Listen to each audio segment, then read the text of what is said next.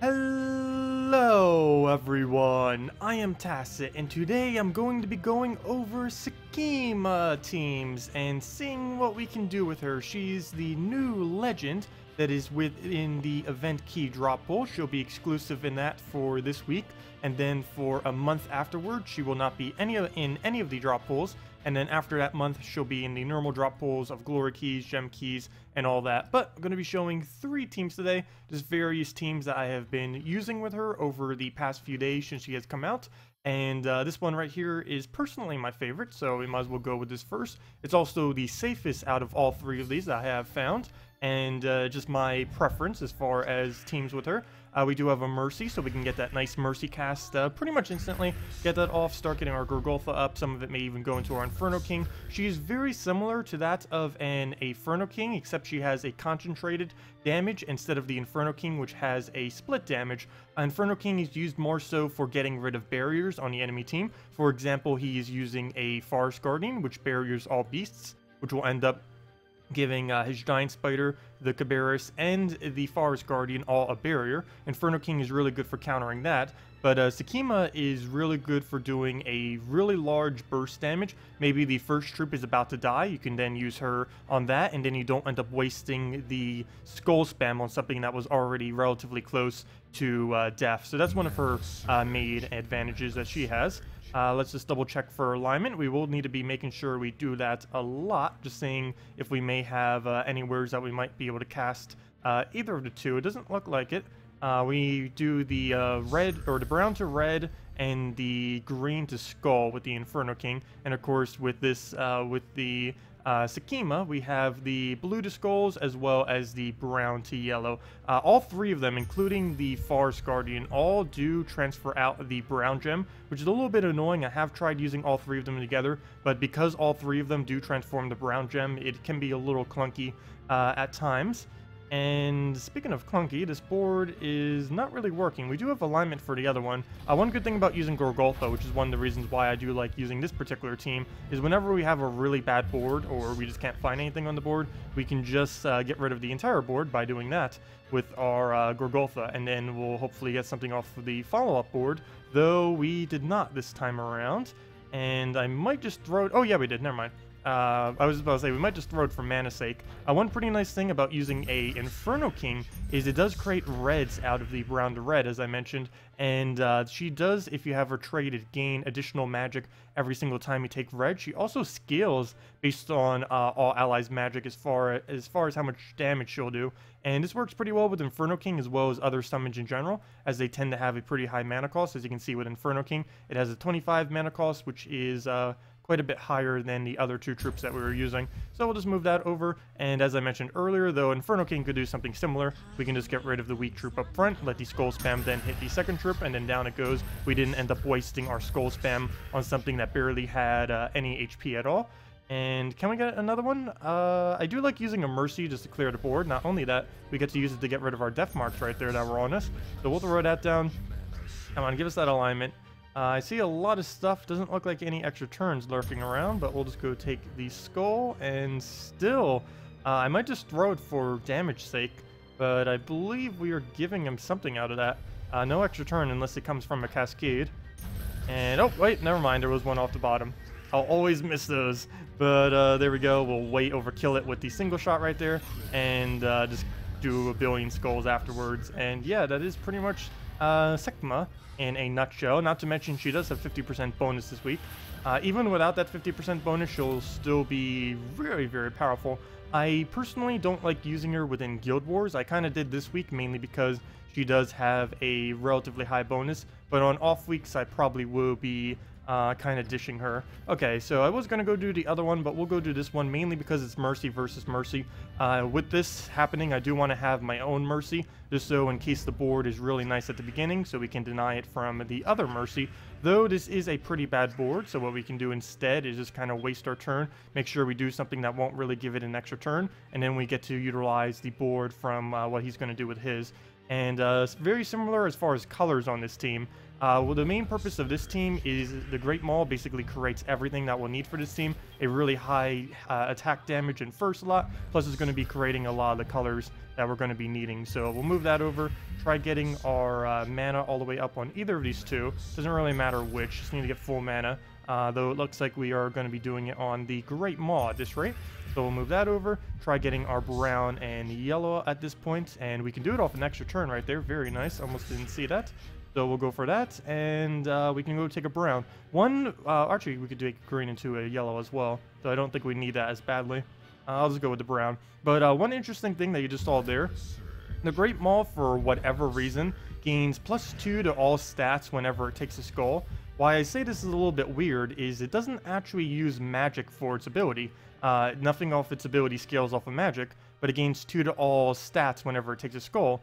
But even though this seems completely redundant, this works pretty well with a Sekhma, mainly because she scales off of magic. So every single time your Great Maul takes a skull, you're essentially gaining 1 additional damage on your Sekhma's ability. Not to mention she just naturally gains 2 damage whenever you take a red. So there's 2 different ways that you can gain additional damage on her. I see that extra turn there. We are going to go for the Great Maul. I'm going to be taking out this Famine because no one likes Famine.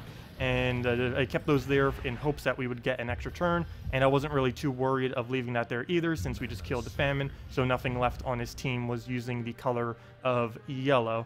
So right here, speaking of yellow, let's go just get that out the way. We don't need the mana, but I do like using Mercy quite a bit with this team, just for clearing out the board, even if we don't need it for anything specifically. I see that skull. I guess we will take it. Might as well. If nothing else, we might get lucky on the 1 in 3 chance that we'll hit on the Hellcat right here. And we do have an extra turn. Though it is on blue, that is the absolute last color I would want to have to convert. But I am going to go for it. And hopefully we'll be able to get it on the brown to yellow, if nothing else. And that will end up giving us our Hellcat backup if we do end up getting it. And we do. And we got some more blues on the board. I'll throw this since it's not going to be enough damage to kill the first troop. We'll just throw it on the second. Get a little bit more of our yellows, and then throw down a nice red convert. We don't really use green since we're not using Infernal King, so perfect. And 1 more little skull will be enough right there. Perfect, perfect. And yeah, we can just kill it out with our ability. We could take it with a skull. Let's just use the ability, why not? And that is match right there. And one final one, of course, given that she boosts based on red, one thing that you can do is an Alchemist Hellcat loop, which is what we're going to be doing for our final battle here. I did notice earlier that sometimes the loop doesn't really get off that well, but if we can get it rolling, it should be pretty potent. And it is this. You may also notice I'm using a double yellow banner for each one of these. The main 2 reasons for using in these 2 is because Mercy, you almost always, with a fully traded Mercy, use the double yellow banner. And as far as with this team, the main reason is if we take a 5 times a yellow, that will be enough mana to get Hellcat to full mana. And technically that would also been the case in this with the once the Great Maul was gone. But that's the reason why I'm using double yellow in all of these. And we're going to be doing Christinex, Alchemist Hellcat, and Sekhma for that loop, and we're up against another one as well, so we'll see who ends up winning. We could technically lose this, mainly because he's using a Scion. Scion right now is pretty annoying. Of course, we could get Mercy loop when the first battle we don't end up using a Mercy. That's always how it is. Most battles you'll never get it, and then the second you stop using her, you'll end up getting it. But let's just get the last little bit of our mana there, go on yellow. That will be enough for our Hellcat. And we'll just let it drain. We don't have any mana yet, so even though we're about to get 2, boom. Okay, so again, I do not want to remove these blues that we will never want to do. What do we do here then? Might just have to take a brown over to the side, try getting our Alchemist up as well. Maybe try getting him on anything. Blues, gotta deny you, so we'll go do that. I normally don't play this to try to get Christinex up, but it looks like unintentionally we just kind of passively got all of its mana. So we'll take a brown right there. Hopefully it doesn't get a skull, or else there goes all of our mana, which would not be good. So let's remove something we don't really use too much. I'm thinking about aiming at a green, though there's a lot of reds near that green. I think I'm still going to go for it, though. Maybe we can get some kind of other convert here. So yes, we will go for it on the green. Get that out the way. Not really too worried about where anything goes, as long as he gets skull distracted now that we don't have any mana on it. It's not going to matter for the most part. And which one do we try doing here? I got to be careful because I need to make sure, regardless of what I aim for here, that we'll have alignment on the other one. and I don't think I can get away with doing that. So let's just go and convert this out, get Sekhma a bunch of her mana, as well as the boost for her. And no, we did not end up getting... Oh, yes, we did. No, we didn't, because we just took the yellow as well. So I don't think we ended up pulling off the alignment there. We only have one blue. The yellows and browns aren't really cooperating on the board. So we'll just go for a double skull. Nothing else that will pretty much destroy the last little bit of Scion right there. Not all the way, but one more little tap will be enough. We can even just take the skull for that final little bit. Or we could throw this down, though, again, still no alignment. That is quite unfortunate. Unless I'm missing it again. I don't see any. But we'll take that little skull. And come on, one over. So close. There we go. Perfect. There's our alignment. I don't know for sure if we have enough damage off of that. We could always count it out to know for sure. 25 into 17. That's 40 math. How does it work? 43? Yes. No. No. 42. Yes, 42. 42. 62. And that would then be 31. 31 to the 46. So that is 77, unless I messed that up. And his HP, or her HP, is more than 77. Right? Yes. No. It's no. It's exactly 77. Okay, let's see if I did my math right. Probably not. It was exactly 77 for both. So there we go. That's why you do the math. Okay. We got the math correct. Mission accomplished. Okay, let's just get that out the way.